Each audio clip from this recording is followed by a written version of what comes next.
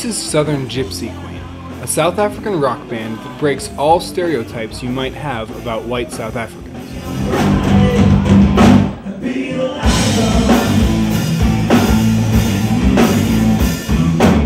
Yeah, we're sort of in the smallest like genre there is, which is English rock in South Africa, you know.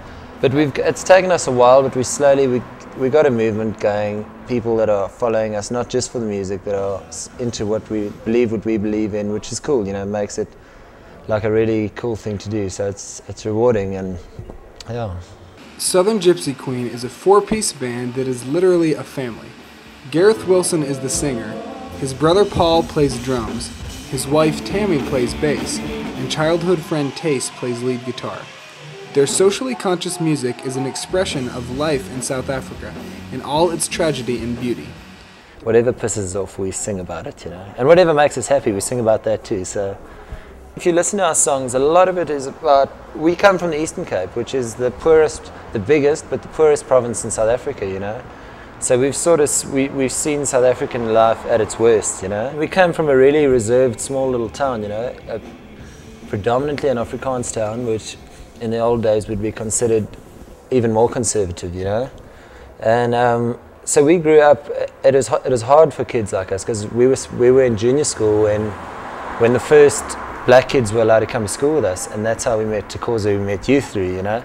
And it was really hard for us because we lost a lot of our friends growing up, because you're young, you don't really realize what's going on, and then suddenly there are black kids in your school and you see how your friends are treating them, and it's like you just don't want to be associated with that, you know. So that sort of, it took years, like, you know, it was like a painful thing to go through for us, because there were maybe 4 or 5 families in our town. It was a small little town that actually were for change. Everyone else is sort of holding back. They didn't want to see this happening, you know, so yeah.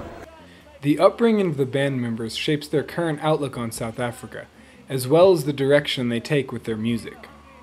Apartheid's been over for a long time, but it's actually sad for kids like us whose parents actually fought apartheid to see how little some people have actually changed. We got something to say about that, you know, and there's a lot of people that do feel the same way as we do, you know. It's just most bands in South Africa don't really care about stuff like that, so most people don't go watch bands, and then they sort of hear about it and they go, hey, cool, we believe in the same things as they do. So it's a slow process to get a following going, but it's going, you know. It's sort of, we've got the wheel rolling now, and it's getting bigger and bigger the whole time.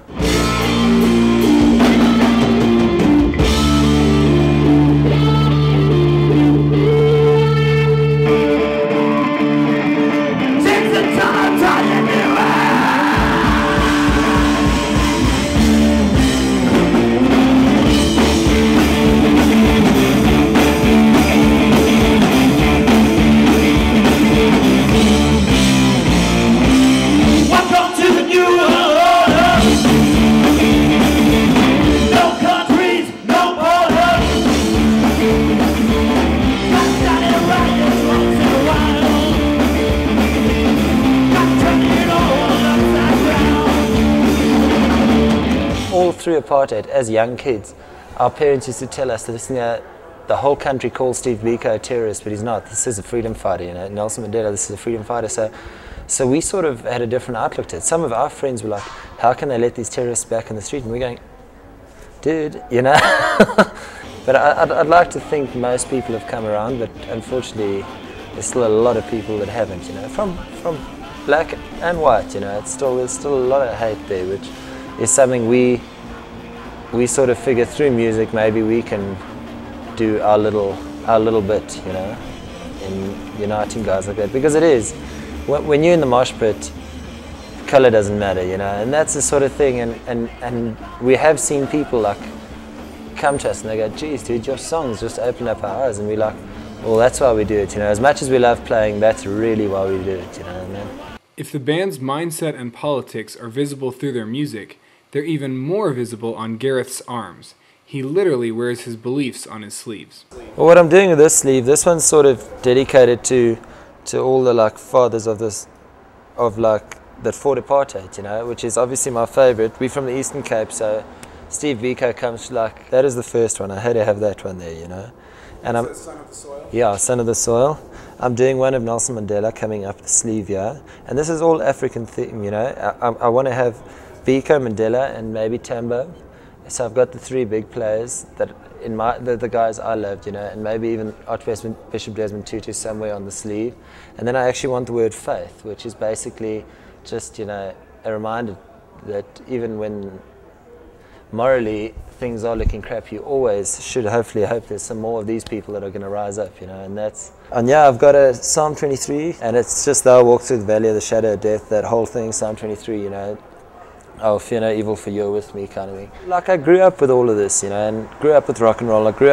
My dad's a preacher, you know, we grew up idolizing people like Steve Biko and really respecting what they did, you know. So that's part of my life, and I'm sort of want to show it off, you know, go around the world, and that's how I grew up in South Africa. You know? Nothing to live, nothing to live, nothing to live or die for. It's the rising of the tide. Nothing to live, nothing to live, nothing to live or die for. And we'll be so bright. As Africans in a whole, you feel like Africa is ignored by the whole world, you know. We want to tour the world with our band and tell everybody about Africa and about South Africa.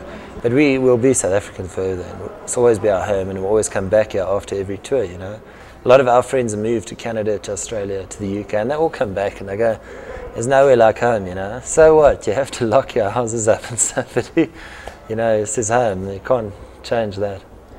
The band's music is proudly South African and promotes progress in their country, but the band members also practice what they preach. They are currently supporting the Eric Eatwell Upliftment Scheme, a feeding scheme run by an artist friend of theirs in the Eastern Cape. But it's grown to such a point. He started with 20 families, and I think we heard yesterday that he's up to 400 families now, you know. Feeds them every day, uplifts them as well, and he's been funding it himself. And this tour tonight is actually the first night. It's called the Radio Revolution Tour, and that's what we're punting, you know, is trying to make some extra cash for him because he can't afford to run this thing. Ladies and gentlemen, tonight, you guys made 400 families in the Eastern Cape a whole lot happier. It's a small cause, you know, but 400 people's lives have been changed, and you can't change that, you know. Whether it's through music or actions, changing lives is what this band is about, and I feel lucky to have been exposed to their mission. Here in Africa and across the world, they're calling on our generation to rise up and do something.